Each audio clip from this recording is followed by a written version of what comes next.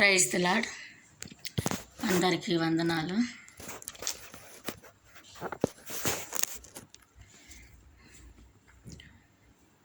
ఈ యొక్క రాత్రి సమయాన మీతో కొన్ని విషయాలు పంచుకుందాం అనుకున్నాను. ప్రియులారా, ఒక ఊరు కానీ ఒక పట్టణం కానీ గ్రామం కానీ మారాలి అంటే దేవుడు ఆ పట్టణం పట్ల ఆ గ్రామం పట్ల ఆయన చిత్తం ఉంటుంది. ప్రసంగిలో ఉంటుంది కదా, ఒక ఊరిని కాపాడుటకు ఒక చిన్న పిల్లవాడు, తెలివి జ్ఞానం కలిగిన ఒక పిల్లవాడు ఉంటే అంటే ఆ ఊరిలో అందరూ అజ్ఞానులే. అయితే ఆ పిల్లవాడు ఆ గ్రామాన్ని ఆ పట్టణాన్ని తెలివి కలిగి జ్ఞానం కలిగి కాపాడాడంట. మరి నాకు తెలిసిన ఒక ప్రాంతం ఉంది. అక్కడ నా చిన్నప్పుడు కత్తులతో పొడుచుకొని గొడ్డలతో నరుక్కొని తాగి గొడవలాడుకుంటా ఆ చుట్టుపక్కల ప్రాంతాలలో కొన్ని ఏరియాల వరకు ఆ ఊరు చాలా, అక్కడ నివసించే వాళ్ళు ఆ పలానా ఏరియా అని చెప్పడానికి భయపడేవాళ్ళు, సిగ్గుపడేవాళ్ళు. అంటే అంత ఇదిగా ఉండేదన్నమాట. కానీ ఇప్పుడు చూస్తే ఆ ప్రాంతం ఆ గొడవలు కాదా, పొడుచుకోవటాలు చంపుకోవటాలు అట్లాంటివి లేవు. పూర్తిగా మారిపోయారు. ఎంతమంది ప్రార్థనలు చేశారు ఆ ఏరియా మారడానికి, అక్కడున్న జనంగా మారడానికి? ఒక్కరి ప్రార్థన చాలండి. నీతిమంతుడైన ఒక్కడి ప్రార్థన చాలు ఆ ఏరియా మారడానికి. అయితే సొదొమ గొమొర్రాని చూద్దాం.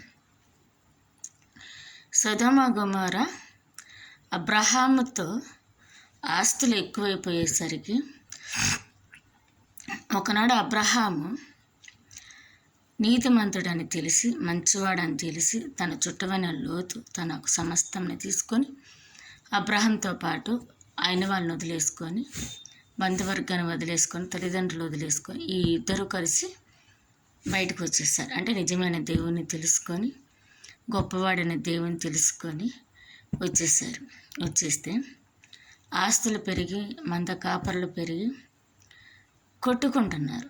ఎక్కడైతే డబ్బు ఉంటుందో, ఎక్కడైతే పేరు ప్రఖ్యాతులు ఉంటాయో, ఎక్కడైతే ఇది ఉంటుందో సైతాను అక్కడ కార్యం చేస్తుంది అన్నమాట. ఆ ఇరువురు విడిపోవడానికి ఆస్తే కారణమైంది. అయితే దేవుని చిత్తానికి అబ్రహాంకి లొంగి దేవుడు చూపించిన ఏరియాకి అబ్రహాం వెళ్ళాడు.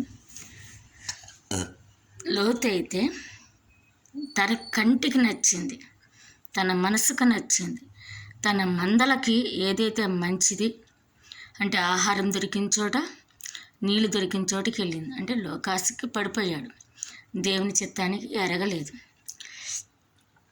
ఈ రోజుల్లో చాలామంది దేవుని చిత్తం ఎరగట్లేదు. కంటికి ఏది నచ్చితే అది చేసేస్తున్నారు, మనసుకి ఏది నచ్చితే అది చేసేస్తున్నారు. దానివల్ల వచ్చే నష్టం ఏంటో తెలియదు. ఇప్పుడు దూరపు కొండలు నిండిపోయినట్టు పరుగటి పాలు తాగాలి అంటే ఇప్పుడు విదేశాలకు వెళ్ళి డబ్బులు బాగా సంపాదించాలని, బాగా బతకాలని, సాఫ్ట్వేర్ కంపెనీలో జాయిన్ అయితే మంచి డబ్బులు వస్తాయని, శారీరక శ్రమ, అన్ని ఒత్తిళ్ళు, డబ్బులు ఎక్కువ ఉన్న చోట అన్ని కష్టాలే, డబ్బులు ఎక్కువ ఉన్న చోట అన్ని నష్టాలే, ఇబ్బందులు, ఇరుకులు. డబ్బు గల్లోడు నిశ్చింతంగా నిద్రపోలేడు. నా డబ్బు ఎవరు కొట్టేస్తారా అని భయం. కానీ లోతు సొదొమ గొమొర్రా అని దేవుడు శపించబడి, దేవుడు ఎరగని, భయము భక్తి లేని ఒక ఊరికి వెళ్ళాడు. అక్కడ లోతు ఆ గ్రామంలో కలిసిపోలేదు.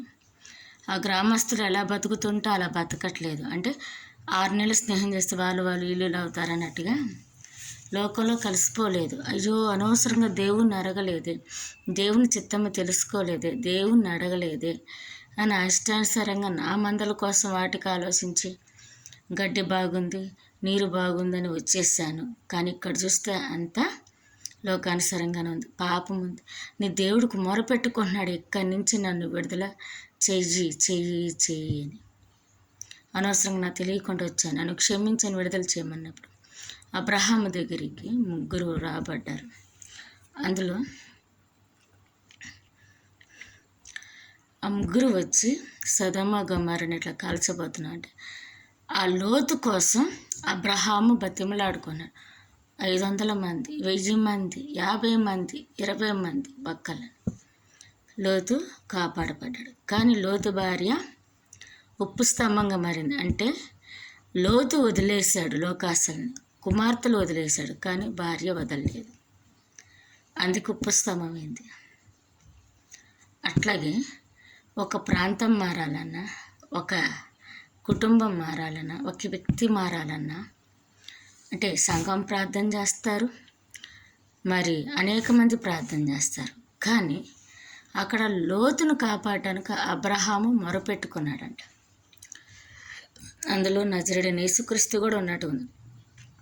ఆయన ఒక మాటలో అంటాడు కదా, మేము అబ్రహాము దగ్గరికి వచ్చితిమి అని, మేము ఆకాశ నక్షత్రములను చేసితిమి అని.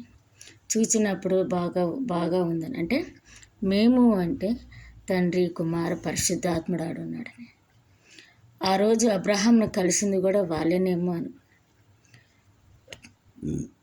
అట్లాగే దేవుడు ఎరగని ప్రాంతాలు ఎన్నో ఉన్నాయి, దేవుడు ఎరిగిన జనాంగం ఎన్నో ఉన్నాయి, కుటుంబాలు ఉన్నాయి.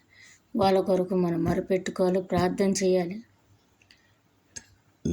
నిజ సేవకుడైన రోషం కలిగిన సేవకులు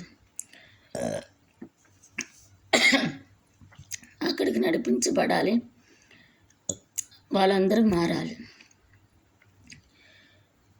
మరి దేవుడు ఒక అంకె అనుకున్నంట, రెండవ రాక టయానికి. ఆ అంకెల్లో మరి మేకల్లాగా ఉన్నామా, గొర్రెల్లాగా ఉన్నామా, ఆయన చిత్తంలో మనం ఉన్నామా అనేది మనము చూసుకోవాలి. అట్లాగా అనేక కుటుంబాల కొరకు, అనేక ప్రాంతాల కొరకు, అనేక జనాంగం కొరకు మనందరం ప్రార్థన చేయాలి, వాళ్ళ మార్పు కోసం. ప్రియ సహోదరి సహోదరులారా, ఈ యొక్క వీడియో కనుక నచ్చితే సపోర్ట్ చేయండి, షేర్ చేయండి, సబ్స్క్రైబ్ చేయండి, లైక్ చేయండి, అనేక మందికి పంపించండి, కామెంట్లు కూడా పెట్టండి.